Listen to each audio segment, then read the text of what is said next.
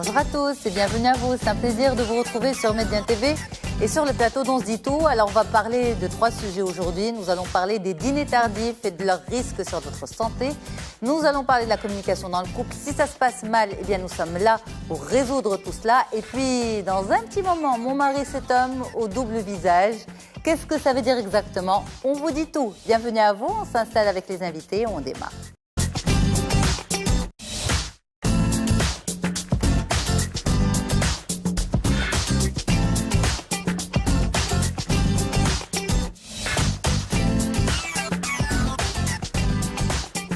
Et voilà, on est bien installé. J'espère que vous l'êtes également chez vous pour suivre cet épisode d'aujourd'hui. Donc, couple, communication et santé, le tout en 1 heure de temps pour vous sur Médien TV dans On se dit tout. Merci infiniment à vous, Dr Karim Louali. On vous donne l'honneur aujourd'hui. Vous êtes un homme, donc normalement on commence par les femmes. Donc, quand on a un seul homme, c'est pas grave. Nous, on est gentlewoman, il n'y a pas de souci. Voilà. Vous allez bien, Sylvie? C'est un plaisir d'être Merci parmi vous infiniment et d'être là. dans ce beau plateau féminin. Marhaba. Avec vous, justement, les dîners tardifs, quels risques sur la santé? On va en parler dans un petit moment. À vos côtés, Fatem Zahra Ouamoul. Bonjour Fatem Zahra. Bonjour Yasmina. C'est un plaisir de vous recevoir. Également. Alors, ces couples qui se plaignent d'une mauvaise communication, comment rétablir le canal, le signal surtout, eh bien on va en parler avec vous. Vous êtes psychologue clinicienne et vous êtes installée sur Tanger. Et puis avec vous, Camélia Zakaria, mon mari, mon conjoint, cet homme au double visage. Qu'est-ce que ça veut dire? Tellement de femmes qui le disent justement. À la maison, ou à la barra, différemment. Cet homme justement aux multiples facettes, eh bien, qui est cet homme véritablement et qu'est-ce qui se cache derrière lui? Camélia Zakaria, vous êtes psychologue clinicienne et sexologue également. Merci infiniment d'être là. C'est un plaisir de vous recevoir. Tout le monde va bien? Très bien. Sujet intéressant, les sujets entre l'alimentation. Qui c'est qui dîne tard justement autour de la table? Fatem Zahra? Moi, je dîne pas. Carrément. Ah non. Dernier repas à quelle heure? À 20h maximum. C'est bien. Ouais. Donc c'est un dîner très léger. Camélia également. Je suis alignée aussi. Voilà, les dîners de 21h, 22h, même pas le week-end. Non. Docteur Karim Louali. Ça se voit, hein? Ça se voit. Assez régulière. Docteur Karim Louali. Non, très tôt. Très tôt, c'est-à-dire Maximum 20 heures, grand maximum. Mais il faut un goûter avant ou pas? Écoute, c'est facultatif. Je ne sais pas si forcément. le haut parle... C'est facultatif, mais bon, une petite collation rapide sur le pouce, oui, pourquoi pas. Pourquoi pas. Fruits secs, des choses rapides comme ça à emporter. En tout cas, on va en parler dans un petit moment. Alors, est-ce que l'une de vous, justement, je pose la question, est-ce que l'une de vous se pose cette question, mon mari a un double visage? Je parle pas aux psy, je parle aux femmes. Heureusement, non. Je pense que quand même, on est psy, ça reste une seconde nature. Non, je pense que je ne me pose pas cette question. Non, non plus. Ouais, alhamdoulilah. Et puis, communication, vous communiquez bien au sein de vos couples, messieurs, dames? On l'espère. La prochaine fois, on les ramènera. Ils vont témoigner. Les maris des psys. Les maris des psys. Et vous, docteur Karim Louali? Écoutez, il y a toujours des hauts et des bas. Bien sûr. Il faut savoir baisser la garde à tour de rôle pour garder un bon climat. Hein. Chacun doit baisser la garde à tour de rôle. Voilà. C'est comme ça que ça se passe, c'est l'entente. Tout à fait, c'est vrai. En tout cas, merci beaucoup de ramener votre expertise professionnelle et votre honnêteté personnelle aussi sur le plateau d'On se dit tout. On démarre.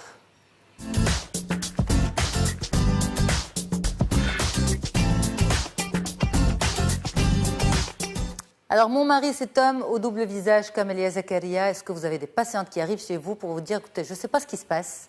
Voilà, mon mari est à la maison d'une certaine manière, mais dès qu'il y a du monde ou dès qu'on est dehors, il est, on va dire, c'est quelqu'un d'autre. Tout à fait. Et on me dit, elle a de la chance. Et en général, en général, on me dit, elle a de la chance, il est adorable, il est calme, il est gentil, il est drôle, etc. Mais à la maison, c'est une autre personne. Tout à fait. Donc, très souvent, ce sont les femmes qui vont venir en consultation et on verra pourquoi.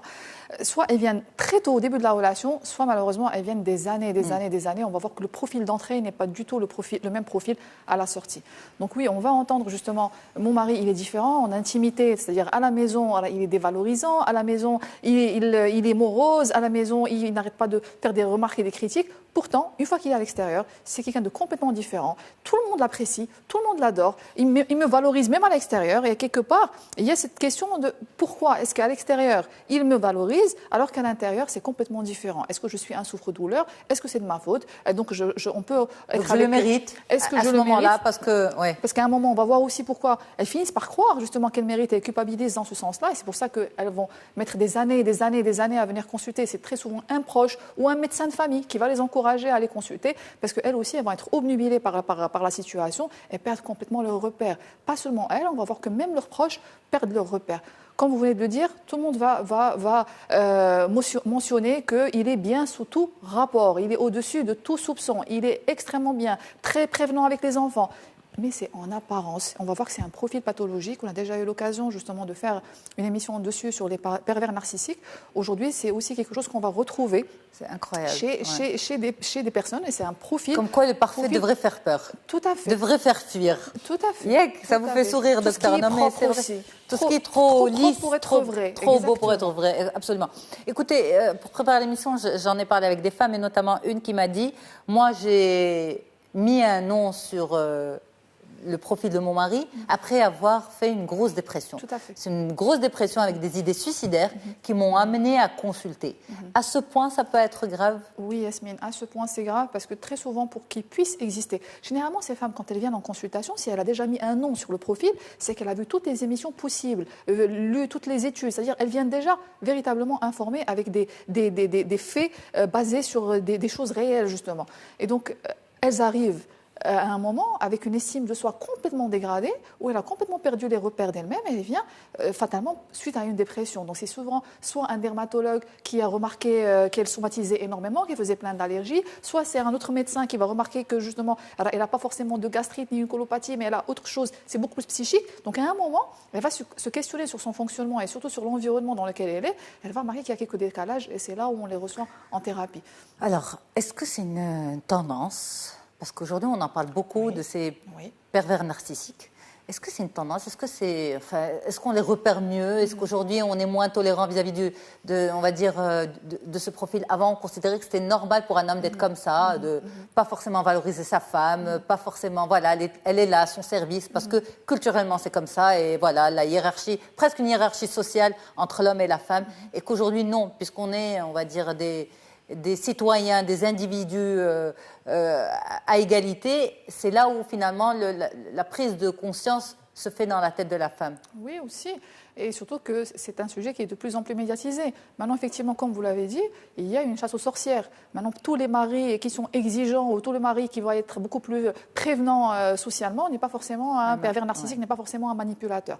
Maintenant, le but de ce genre d'émission, c'est que très souvent, ces dames, quand elles vont venir, combien même elle vient pour des difficultés d'ordre personnel, elle est en dépression, elle a une estime d'elle-même complètement dégradée, tout cela, c'est le fruit déjà d'un processus. C'est-à-dire que ce profil-là, c'est un profil pathologique, qu'on se le mette déjà d'accord. Il est malade. Il est malade. Il est comme ça, exactement. Et pour pouvoir exister, pour ne pas pouvoir sombrer dans la folie, il a besoin de s'approprier vos qualités, de s'approprier tout ce que vous avez de bon pour pouvoir exister. Donc, généralement, ils vont choisir des femmes qui sont... Et c'est ça la question. Très souvent, on me dit, oui, mais vous savez, à aucun moment, je ne pensais pouvoir tomber dans les griffes d'un manipulateur ou dans les griffes d'un pervers narcissique. En fait, personne ne se dit ça lorsque vous rencontrez le grand amour, parce qu'ils ont souvent deux visages. Ce qu'ils ont en commun, c'est un premier visage qui est sympathique, prévenant. C'est très souvent magique et magnifique les premiers jours. Et ce n'est qu'ensuite qu'il va faire tomber le masque. Quand vous êtes vraiment prise dans son filet, qu'il va faire tomber le masque. Quand vous avez signé. Et là, très souvent aussi. C'est ça. Et c'est là où vous remarquez que c'est quelqu'un de morose, de complètement aigri, qu'il n'a pas de joie de vivre. Et que vous, au contraire, vous êtes tout le contraire de cela. Vous êtes quelqu'un de sportif, vous êtes bienveillante, vous êtes empathique. Donc, ils vont aller vers des personnes qui vont avoir certaines qualités qu'eux n'ont pas. Mais ce qu'il faut savoir, c'est qu'il ne va pas s'évertuer à vous détruire. C'est ce que beaucoup de femmes pensent en fin de ligne quand elles voient les émissions où elles lisent des études. Il ne s'évertue pas justement à vous détruire.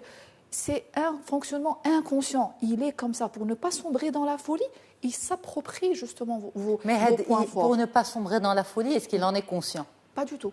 Ben justement, c'est le but de cette émission. Ils ne sont pas du tout conscients. Sinon, ils seraient venus justement en consultation.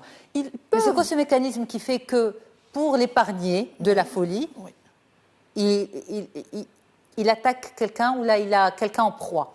Il a quelqu'un en proie. Ce qu'il faut savoir, c'est que déjà, le pervers narcissique, c'est quelqu'un qui a extrêmement peur. Il a peur de perdre le pouvoir, il a peur de perdre le contrôle, et pour cela, il a besoin d'un sous-fifre, il a besoin d'un bouc émissaire. Et très souvent, c'est une femme qui a tout pour réussir, qui socialement est très bien introduite, qui a fait des études, etc.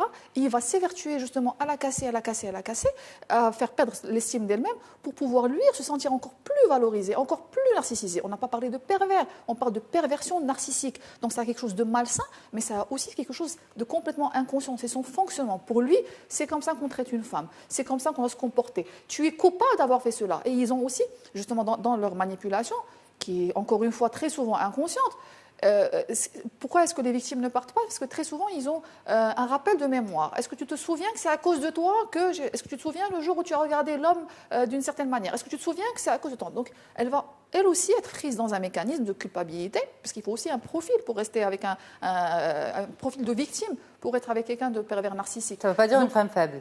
Mais pas du tout. Justement, parce que ça peut culpabiliser les femmes. Très souvent, elles sont bienveillantes, elles sont extrêmement plus empathiques que la normale, elles sont altruistes, elles ont réussi dans la vie. Elle peut être avocate, elle peut être juge, elle peut être médecin.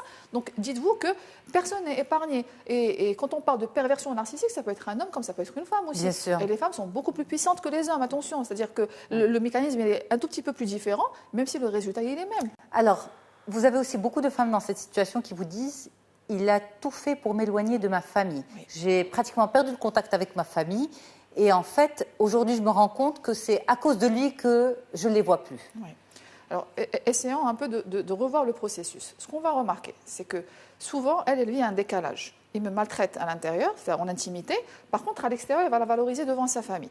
Donc, très souvent, ses parents lui disent: voilà, non, il est gentil, non, il est ceci, non, il est cela. Et elle, ça va l'affaiblir au fur et à mesure de ne pas avoir le même son de cloche à l'extérieur, surtout venant de sa famille. Donc, ça va la rendre de plus en plus aigrie et de plus en plus faible. Donc, finalement, sa famille voit en elle la faiblesse, voit en elle qu'elle ne s'occupe pas d'elle-même et pourtant il est toujours avec elle. Et elle s'occupe d'elle-même et pourtant il est toujours en train de faire sortir les enfants, etc., etc. Donc, quelque part, elle commence à en vouloir à sa famille et au final, entre la peste et le choléra, elle va choisir peut-être celle dans laquelle elle va mourir le plus lentement ou le plus rapidement. Elle va préférer peut-être rester avec son conjoint. Parce que lui, de toutes les manières, il n'arrête pas de lui rabâcher: mais ma pauvre petite, de toutes les manières, même ta famille ne te supporte pas, même tes amis ne te supportent pas. Donc tu n'as que moi. Il va avoir tendance à souffler le chaud et le froid en la dévalorisant, mais aussi en lui disant: mais tu sais, mais je t'aime quand même. Mais avec toutes les difficultés que tu as, personne ne t'apprécie parce que tu ne sais pas parler.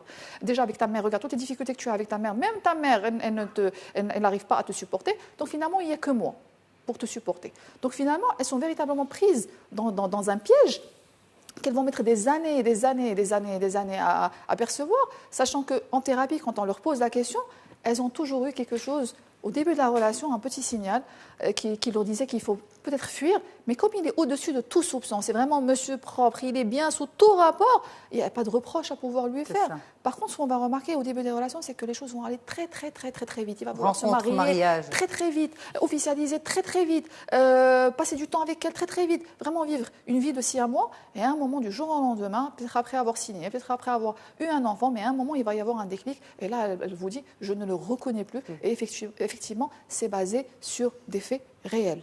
Alors, docteur Karim Louali, vous êtes médecin nutritionniste et donc forcément, quand ces femmes arrivent en thérapie, est-ce que parfois vous avez, avant qu'elles n'arrivent en thérapie, est-ce que ça vous est déjà arrivé de détecter une sorte de mal-être éventuellement dû à ce genre de problème, des femmes qui se dévalorisent dans leur corps, qui ont constamment besoin, par exemple, de perdre du poids parce qu'elles ne plaisent pas, parce qu'on leur rappelle qu'elles ne sont pas à la hauteur, etc. Oui, et forcément, parfois, la patiente, elle vient parce qu'elle se sent bien dans sa peau. Mais c'est qu'il y a une tierce personne qui est en train de la pousser à venir. Et là, c'est complètement différent. Ça peut être un mari, comme ça peut être un enfant. Hein. Ça peut être l'un de ses enfants. Hein. Parfois, le mari se ligue avec l'un de ses enfants pour traiter sa femme de tous les noms. Hein. Moi, ça m'est arrivé de recevoir ce genre de patients. Et dans notre métier, on travaille conjointement et énormément avec les psychologues. Hein. Parce que parfois, un suivi nutritionnel ne suffit pas à lui seul. Hein. Il y a des complexes à résoudre, il y a des problèmes psychologiques à résoudre pour mais est-ce qu'à un pouvoir moment, arriver... vous pouvez lui dire, écoutez, madame, vous n'avez pas de poids à perdre, mais le problème vient de votre mari. Bien sûr, Est-ce que bien vous sûr. avez le droit, en tant que médecin, de dire une chose pareille? Oui, bien sûr. On le dit, on le montre, on le prouve par les mesures, par l'impédance-métrie. Mais si elle vous dit, par exemple, vous lui dites, vous n'avez pas de problème de poids, mais elle vous dit, non, mais mon mari veut me voir comme ça, ou me dit que je ne...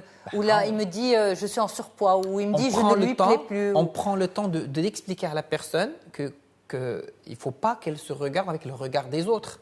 Et c'est ça ce qui est important. Ça peut être un déclic, bien dans ma justement. peau, oui, quand je suis bien dans ma peau, je n'ai pas besoin de regard des autres pour me sentir bien. Je sais ce que je vaux. C'est ça. Et croyez-moi, hein, j'ai eu des patientes qui ont maigri et qui ont retrouvé cette confiance en soi. Et qui étaient avant leur perte de poids menée par le bout du nez, par le mari, par le copain, par le fiancé. Et les choses se sont rééquilibrées après parce qu'il y a cette confiance en soi que généralement ce genre de personnes détruisent. Hein. Mais ce genre de problème, notamment problème de poids ou d'image, les chirurgiens esthétiques aussi, d'ailleurs, je pense, ils peuvent se retrouver avec ce type de profil, peuvent être des éléments déclencheurs d'une prise de conscience et se dire, je devrais peut-être aller voir un psy. Oui.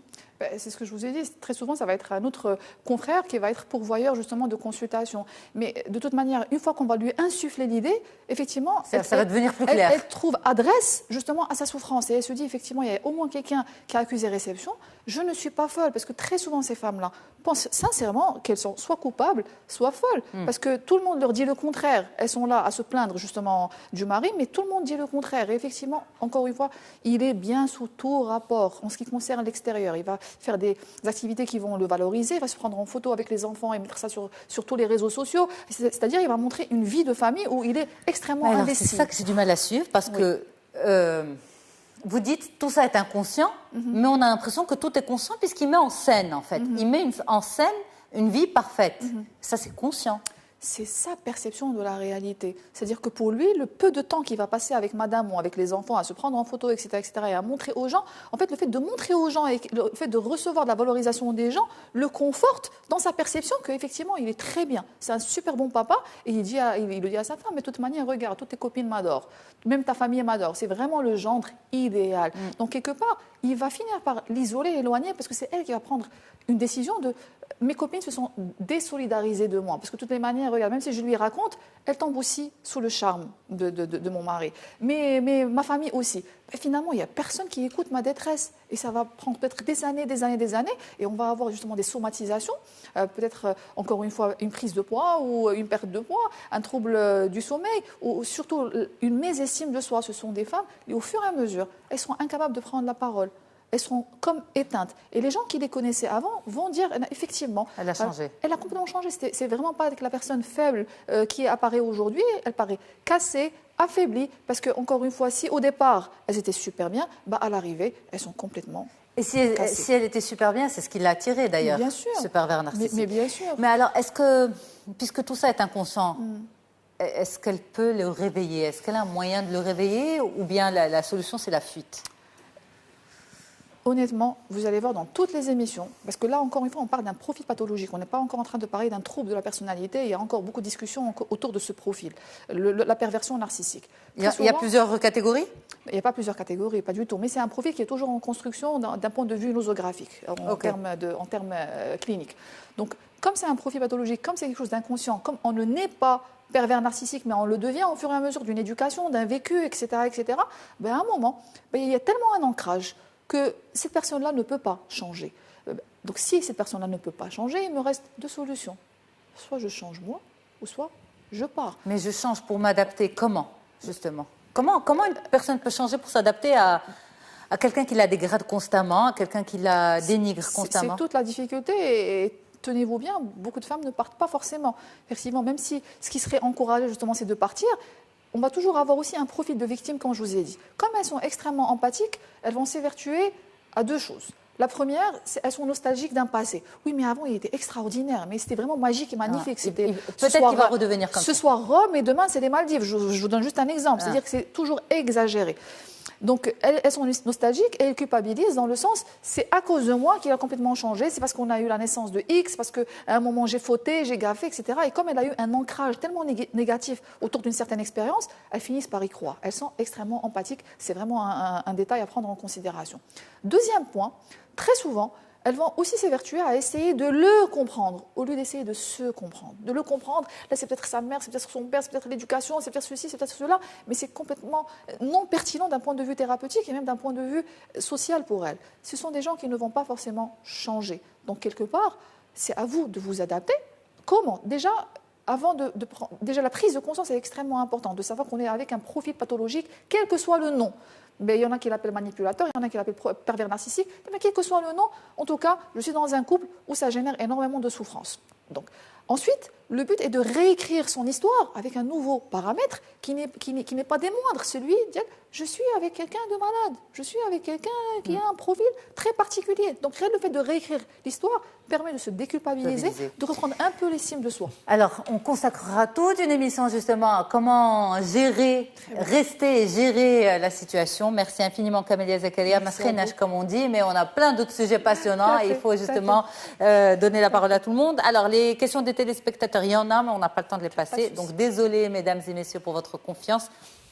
Mais on ne pourra malheureusement pas passer les questions. On va parler tout de suite de santé, de couple, de communication. On reste sur la même lancée justement. Santé tout à l'heure pour les dîners. Et tout de suite, c'est la communication au sein du couple. Comment rétablir le canal.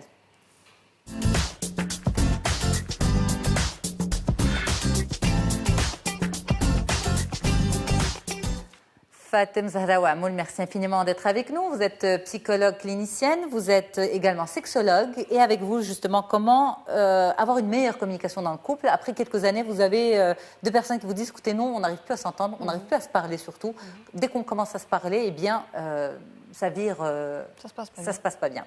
D'abord, cette histoire de communication, pourquoi dit-on souvent qu'on ne sait pas se parler? On regarde tout de suite. En effet, la plupart des couples ne savent pas parler.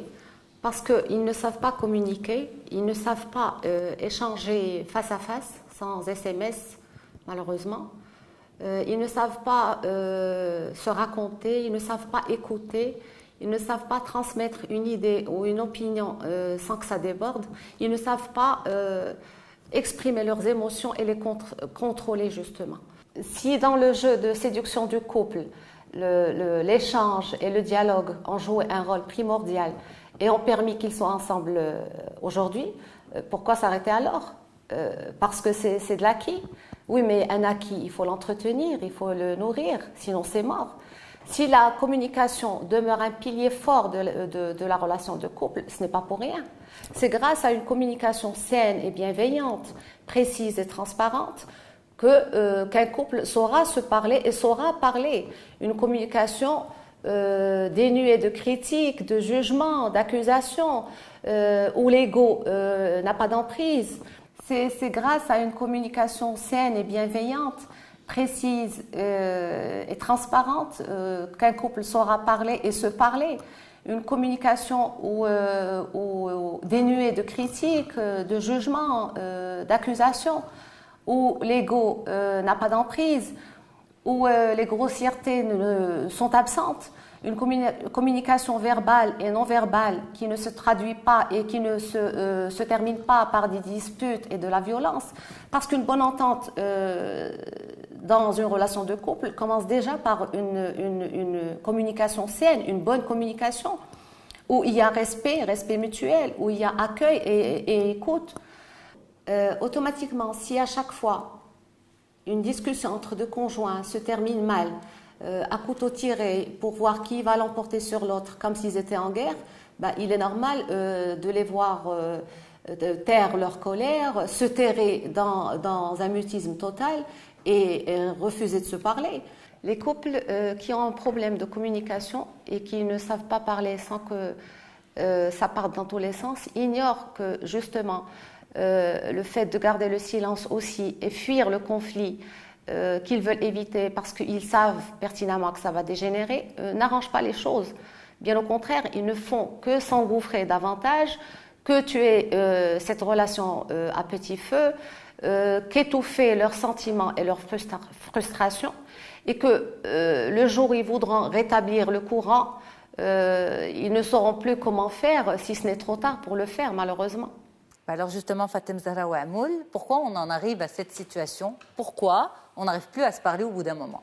Parce qu'on ne sait pas communiquer. Justement, comme il a été dit dans le reportage, quand on dit parler ou communiquer, ça consiste à parler et à écouter en même temps. Et il faut savoir comment parler et comment écouter, justement. Parce que dans la majorité du temps, moi je dis souvent aux couples, il faut laisser de côté les armes, les poser et essayer d'entrer en communication avec l'autre pour déjà le comprendre. En premier lieu, comprendre sa détresse, comprendre ce qu'il est en train de dire et essayer de lui donner raison dans ce qu'il est en train de dire, c'est-à-dire se mettre un petit peu à sa place. On parle de termes d'empathie, pas de sympathie toujours. Donc, il y a ces deux volets-là qu'il faut essayer de travailler. Alors, il y a ce point de baisser la garde qui est très important. Vous dites qu'il faut baisser la garde et écouter l'autre et essayer de lui donner raison. Mais malheureusement, l'ego entre souvent en jeu et vient parasiter cette démarche, et d'autres vous diront écoutez, moi si je baisse la garde et si je lui donne raison, vous savez, là c'est tout l'enjeu justement, et il faut savoir que la communication se fait à deux. Non pas, ce n'est pas une personne qui va essayer de faire tous les efforts, c'est aux deux partenaires d'essayer justement de les faire. Et ça c'est une force, et on va en parler juste après la pause. À tout de suite. Merci infiniment d'être avec nous, de nous faire confiance, d'être toujours plus nombreux à nous suivre sur Médien TV et aussi sur medientv.com. Alors, on a parlé de pervers narcissiques. Mon mari, cet homme au double visage. On en a parlé avec vous, Camélia Zakaria. Dans un petit moment, on va parler des dîners tardifs, Dr Karim Louali. Mais pour l'heure, comment rétablir le canal de communication au sein du couple. Et apparemment, on ne sait pas se parler parce qu'on ne sait pas s'écouter, on ne sait pas s'entendre. Et vous disiez, Fatem Zahra Ouamoul, vous êtes psychologue clinicienne et sexologue, qu'il faut essayer de comprendre l'autre et même de lui donner raison. Et je vous posais cette question pour beaucoup, l'ego entre en jeu et c'est quasi impossible de baisser la garde et de poser les armes. Vous savez, ça, c'est la première des choses à essayer de travailler. Je parle pour les deux conjoints. C'est-à-dire essayer de prendre du recul déjà par rapport à mon propre fonctionnement et de m'observer en situation de conflit, de communication. Comment est-ce que je fonctionne ? Comment est-ce que j'écoute l'autre peut-être et comment est-ce que moi aussi je parle? Qu'est-ce que je dis? Quels sont les mots que j'utilise justement pour exprimer ce désaccord? Est-ce que je suis tout le temps en train d'essayer de critiquer l'autre, de mettre la faute sur l'autre? Est-ce que j'essaie tout le temps d'être sur la défensive justement et du coup ça empêche qu'il y ait une communication saine parce que je reste toujours au retrait et j'essaie juste d'argumenter, de dire les choses en ma faveur. Donc là c'est le premier travail vraiment à faire pour les couples qui ne trouvent pas une communication saine entre eux. Alors, est-ce qu'on peut dire aux gens que finalement c'est une force et pas une faiblesse? Par exemple, on prend deux personnes, un couple, et ils sont toujours dans ce problème de communication.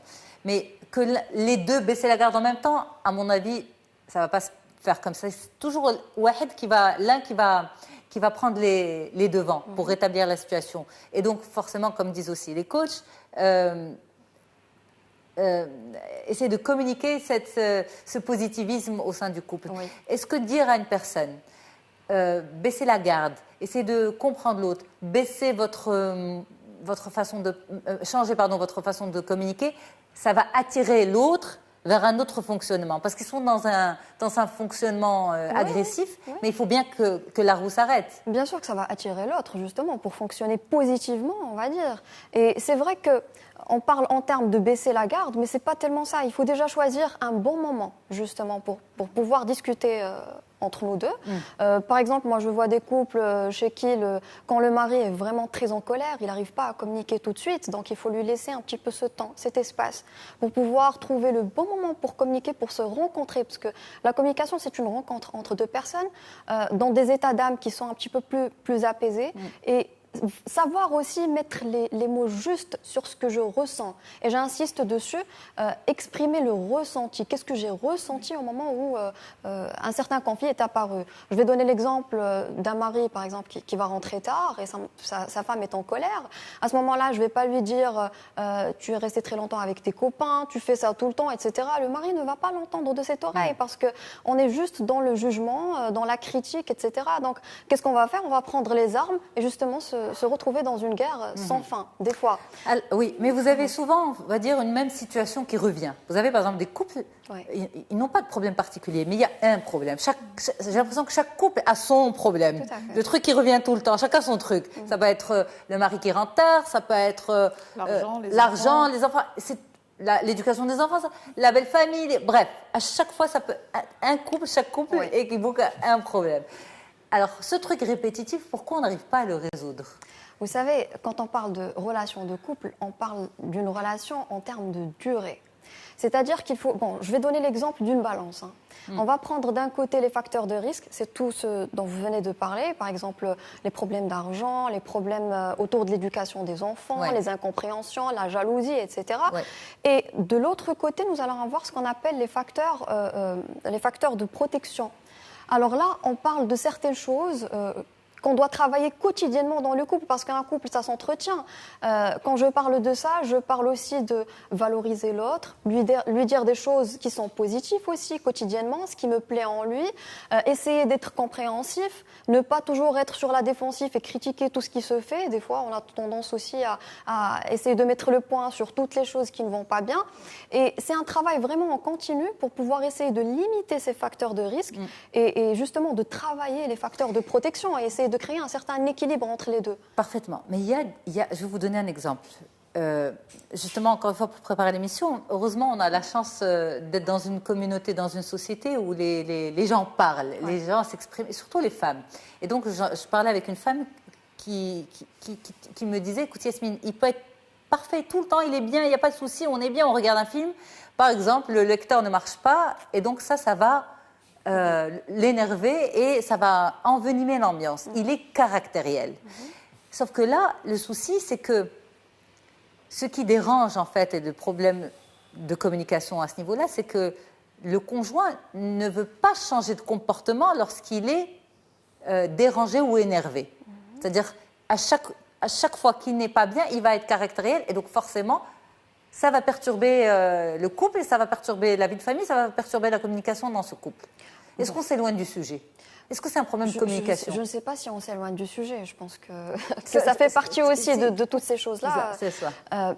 Quand on est dans une dynamique de communication, il faut savoir, pour les deux partenaires, je le répète encore une fois, de se remettre en question.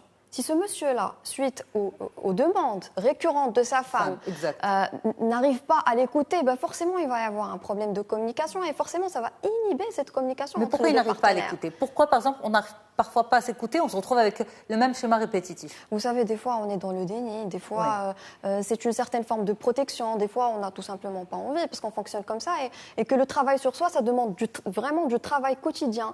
Et on a certaines personnes qui sont aussi impulsives, qui n'arrivent pas à gérer justement cette impulsivité au moment X où ça arrive. Donc en fait, forcément, je suis obligée de vous poser la question. Donc ça veut dire que quand on... Ah si, parce que je vais vous dire, en programmant les émissions, on les programme aussi en fonction du quotidien. Mais en lisant, par exemple, des choses pour préparer les émissions, etc., on se rend compte que parfois, dans les autres médias, on nous propose, je critique personne, mais je veux dire dans les articles sur Internet, etc., on nous propose des recettes toutes simples et toutes faites. Or, finalement, quand on creuse un peu, l'individu est unique et chaque problème est lié à un profil. Et donc, finalement, on ne peut pas venir avec améliorer votre communication dans le couple avec ces 7 points. Il n'y a pas de mode d'emploi. Il n'y a pas de mode d'emploi pour les couples, parce que déjà, quand on parle de couple, on parle de deux personnes qui vont se rencontrer avec toute leur histoire, avec leur vécu, avec leur personnalité. Peut-être des personnalités qui sont pervers narcissiques, comme on vient de citer avec Camélia. Donc, justement, il faut prendre le temps de se connaître, de connaître l'autre, savoir quels sont les canaux d'amour entre nous deux. Est-ce qu'on communique mieux avec de la parole? Est-ce qu'on communique mieux avec des touchés physiques, etc. Donc, pardon. Et vous avez aussi d'autres personnes qui vont vous dire, homme ou femme, moi, quand je la valorise, prends la grosse tête. Après, mais c'est vrai. Vous l'avez déjà entendu, ça, Kamela Zakari? En cabinet. Oui. Voilà, exactement. Oui. C'est vrai. Vous avez des personnes qui vont vous dire, moi, quand je lui fais, justement, j'ai entendu qu'il fallait valoriser. Je le valorise. Et après, quand je valorise monsieur, impossible de lui faire une remarque parce qu'il me dit, mais tu m'as valorisé, voilà. Donc, qu'est-ce qu'on peut dire aux gens? Bon, là, on est en train d'essayer de donner quelques points de repère. Je ne vous ai pas laissé les donner aujourd'hui. Voilà, parce que justement, c'est au cas par cas. On ne peut pas donner l'exemple, voilà, c'est ce qui va se passer dans le couple, voilà comment est-ce qu'il faut fonctionner, etc. C'est vrai que de valoriser l'autre, ça va justement créer un ancrage positif dans le couple pour pouvoir nous aider par la suite à avoir une communication saine. C'est ça. Parce que ça va augmenter notre dose affective ou ce qui va justement nourrir. C'est pas en une fois ça va marcher. Non, c'est du travail C'est du quotidien. travail. C'est Et comme en- une plante. C'est ça. On prend soin d'une plante quotidiennement. Il va falloir donner une nouvelle structure à ce couple. Oui. C'est bien ça. Oui, c'est bien ça. Vous savez, je vais terminer sur ça Bien sûr. peut-être s'il n'y a pas le temps. L'amour, c'est comme un escalier, justement. On le construit. On ne va pas juste tomber amoureux et rester en dessous. Hein. On va le construire et quotidiennement pour pouvoir justement arriver à une communication saine. Alors, on a les questions des téléspectateurs. On a Ali qui vous dit « Est-ce que je dois faire des concessions pour que notre communication s'améliore ?» Tout dépend justement des concessions demandées. Des fois, oui, pour faire durer le couple, on a besoin de faire certaines concessions. Donc là, il faut peut-être pour Ali qui se pose la question, est-ce que je peux faire ces concessions ? Est-ce que ça ne va pas affecter justement ma relation de couple avec ma femme ? Donc vraiment, ça reste en termes de quelles concessions, c'est quoi le problème qu'il y a entre les deux ? Et justement, ne pas considérer une concession comme une diminution de sa personne, Pas du tout. Hein. une dévalorisation de soi. Quand on parle de concession, c'est trouver un terrain d'entente sur lequel on va se rencontrer ensemble. Mais ça, c'est trouver un terrain d'entente. Est-ce que je pense que Ali, enfin, corrigez-moi si je me trompe, Ali, mais je pense que quand on dit concession, nous qui ne sommes pas des professionnels de votre discipline, c'est est-ce que je dois, par exemple, entre guillemets, prendre sur moi le temps que ça s'améliore? C'est pour ça que j'ai dit ça dépend des concessions. Peut-être des fois, il peut s'agir, par exemple, de certaines prises de décision. Il faut que je fasse des concessions, laisser tomber cette décision-là. Donc, ça dépend vraiment de ce qui se passe dans ce couple. Il faut se poser la question. Mais surtout qu'il se pose la question, est-ce que je peux faire cette concession et est-ce que je peux l'accepter en termes de temps ? Parce que, oui, faire laisser exactement, d'autant plus qu'on se dit, ben, finalement, en parlant, en nous disputant, ça n'a pas réglé la situation. Oui. Donc, essayons peut-être Oui, l'autre essayez formule. autre chose si ça ne marche pas. Ça n'a pas marché comme ça, ben, Voilà. ça va peut-être Et marcher. si le sujet justement de dispute revient à chaque fois. Voilà. Alors, Rita vous dit, dès que mon mari est avec sa famille, je n'arrive plus à discuter avec lui. Que me conseillez-vous ? Avec sa famille. C'est vrai que quand on est avec nos familles, que ce soit le mari ou la femme, on a un petit peu besoin de temps pour retrouver ce climat familial, de retrouver sa place aussi comme fille d'eux ou fils d'eux avec ses parents. Et c'est vrai que c'est important de laisser un petit peu place à l'autre pour retrouver ce climat familial. Je comprends que pour elle, peut-être ça peut créer des frustrations parce qu'elle perd un petit peu, peut-être, hein, tout ça, ça reste des suppositions. Elle perd cette position de femme d'eux avec qui il discute tout le temps, il prend son avis, etc. Et quand il est avec sa famille, elle ne se retrouve plus dans ce rôle-là. Ouais. Donc, on parle aussi en termes de concession, peut-être faire la concession de laisser un peu de temps Et d'espace. pour le mari, voilà, et d'espace, Et pour le d'espace mari. aussi, c'est légitime. Oui, pour se retrouver avec sa famille, au moment exactement. où il est avec eux. Merci beaucoup Fatem Zahra Je vous en d'avoir prie. été avec nous. Et on a dit autour de cette table, tout le monde dîne tôt. C'est top, mais beaucoup de personnes, ça vous fait rire, docteur Louali. Non, mais pourquoi ? Parce qu'il y a beaucoup de dîners d'affaires, justement, autour desquels se concluent des business. Et ces dîners d'affaires, en général, ils se font tard, ils traînent longtemps. Et donc, les gens, ces personnes qui sont amenées à manger régulièrement dehors, mangent tard. Vous avez aussi, on va dire, les vacances d'été qui sont pas loin. Et donc, pendant longtemps, l'alimentation était un petit peu perturbée. Je vais y arriver. Alors, ces dîners tardifs ont-ils un risque sur notre santé ? On en parle tout de suite.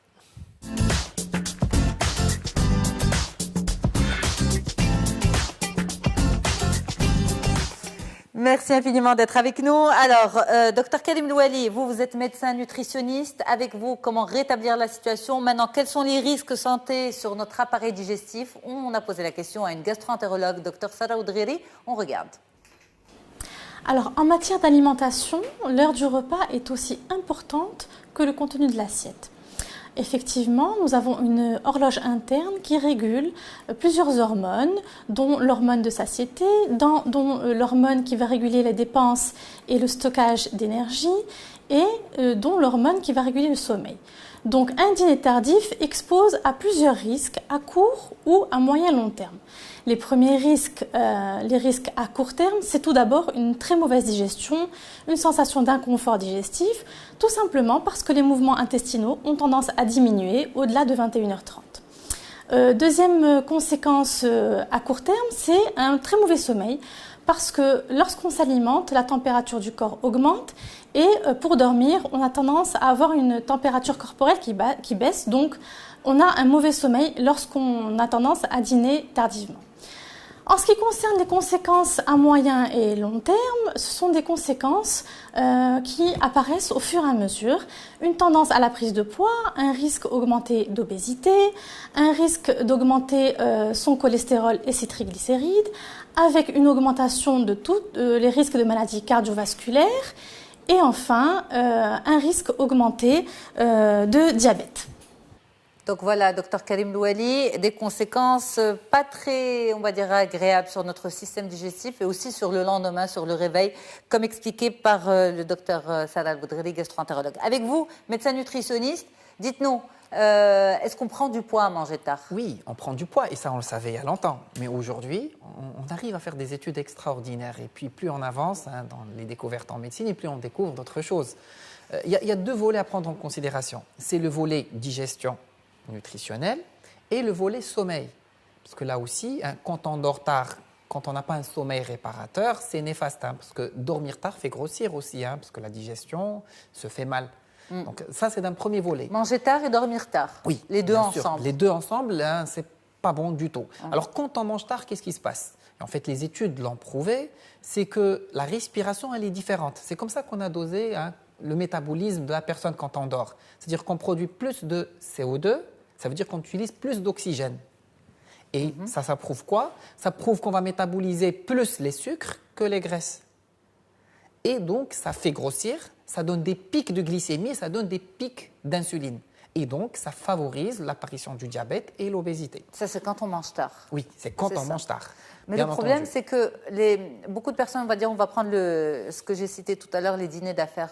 Toutes ces personnes qui mangent dehors pour le boulot, justement, c'est en général un âge où on est plus susceptible et plus fragile à développer des maladies métaboliques, c'est-à-dire fin trentaine, début quarantaine, cinquantaine. Et on va dire c'est le pic de l'âge où on mange dehors, pourtant on ne devrait pas. Alors, ce qui est important, c'est qu'une mauvaise habitude, quand elle est occasionnelle, ça n'a pas d'impact sur la santé. C'est ça. Mais quand ça devient la norme, et c'est manger sainement qui devient sporadique, c'est là où on a des problèmes de santé. Exactement. Si on a un dîner d'affaires une fois de temps en temps, ce n'est pas grave. Alors, ce qu'il faudrait faire, c'est limiter les dégâts. C'est-à-dire que sur la carte du dîner, choisir les choses qui se digèrent rapidement. Et puis, toujours avoir cette marge de 2 heures avant de dormir. Quand même. Bien sûr, il faut toujours 2 heures avant de dormir. Alors là, je vais aller plus loin. C'est-à-dire qu'aujourd'hui, les études sont claires. Plus de risque d'obésité, de maldigestion, de diabète, de maladies cardiovasculaires. Mais aujourd'hui, il y a eu même une étude qui a pris des personnes qui ont des cancers de prostate et des cancers de sein. Et ils ont fait des études en leur changeant leurs habitudes alimentaires. C'est-à-dire ils ont fait une étude pareille. Ils ont trouvé que même ne pas avoir cet intervalle de 2 heures favoriserait l'apparition du cancer de sein et du cancer de prostate. C'est ça. Donc là, les études sont allées encore plus loin.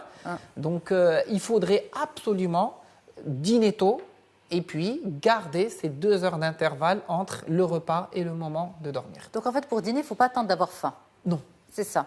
Non, faut pas parce qu'on mange, en général pour le déjeuner, on attend d'avoir faim, mais on connaît plus ou moins sa plage horaire. Oui.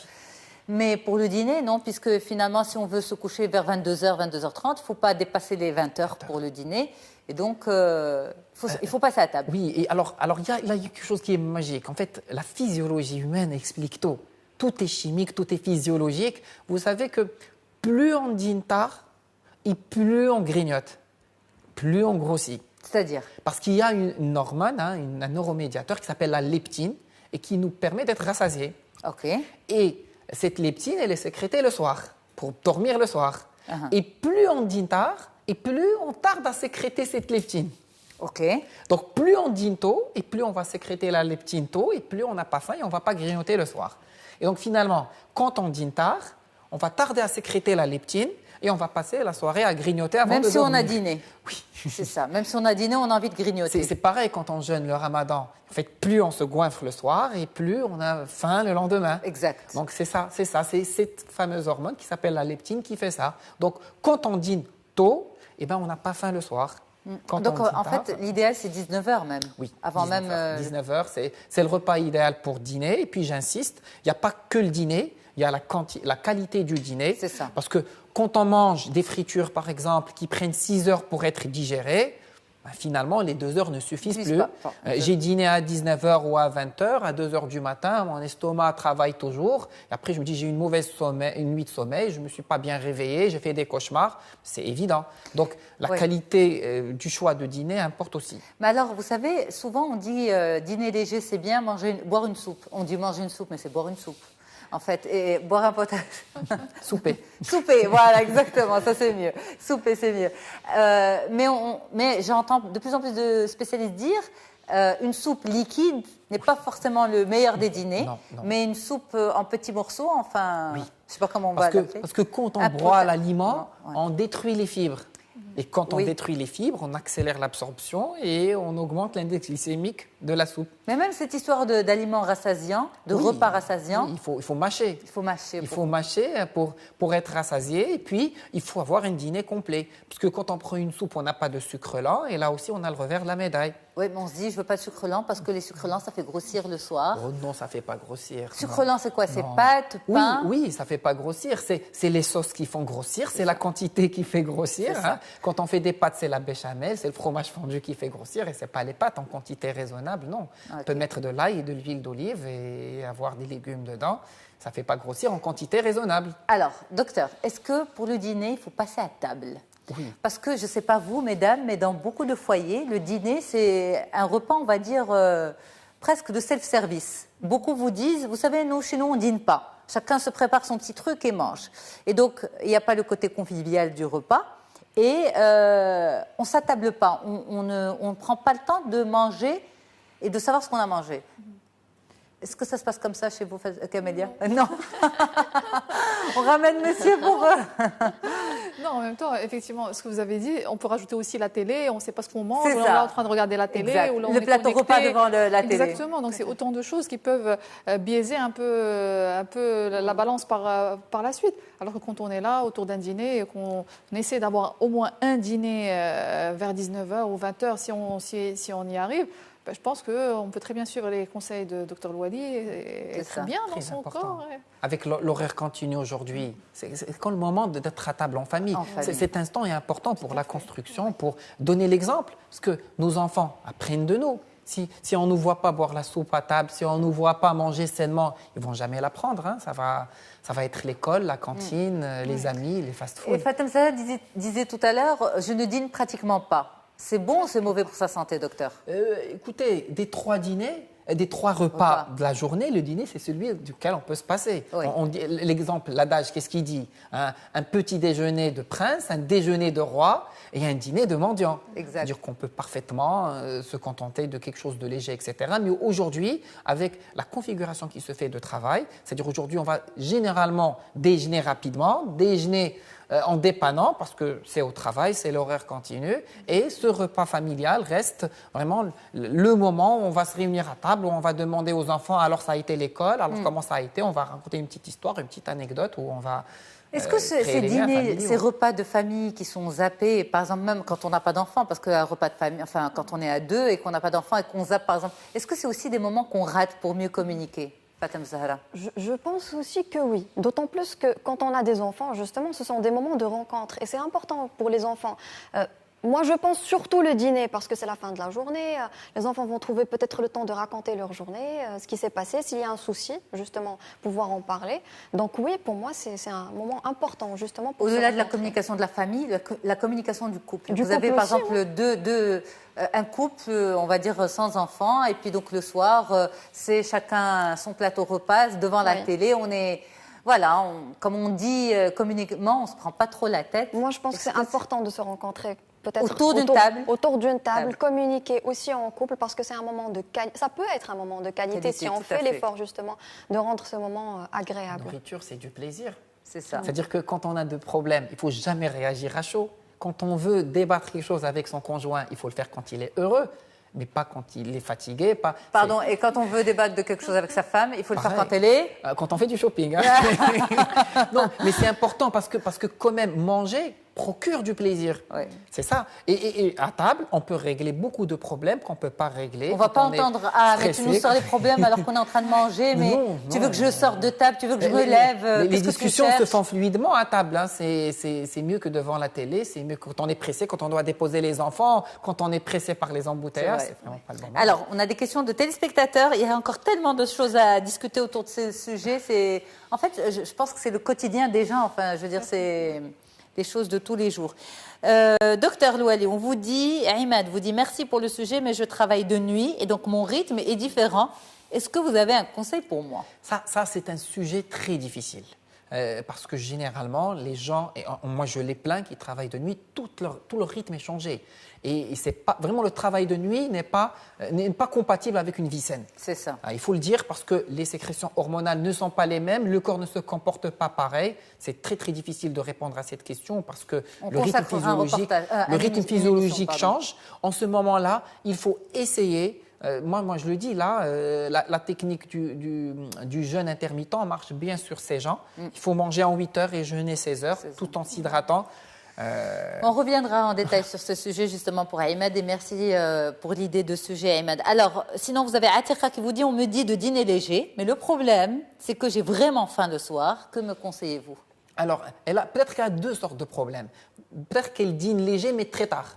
Parce que là aussi, si on ne prend pas de collation l'après-midi et qu'on dîne très tard, et on aura faim. Moi, j'ai parlé de leptine tout à l'heure. Quand on veut dîner léger, il faut dîner tôt. Donc, une collation saine, un yaourt sans matière grasse ou un fromage blanc sans matière grasse, des noix, un fruit en collation. Et on peut se permettre de dîner léger, mais tôt. Okay. Là, je suis sûr qu'elle n'aura pas de fringales. Et ben voilà, merci à toutes et à tous d'avoir été là. J'espère que ça s'est bien passé. Super. Je pense qu'on a donné pas mal d'informations et on a aussi soulevé d'autres problématiques qui seront programmées prochainement pour vous avec nos spécialistes. Merci infiniment, Dr Karim Louali, Fatem Zahraoui Amoul, Kamelia Zakaria d'avoir été là. Merci à tout le monde en régie et à très très vite sur Média TV. Au revoir.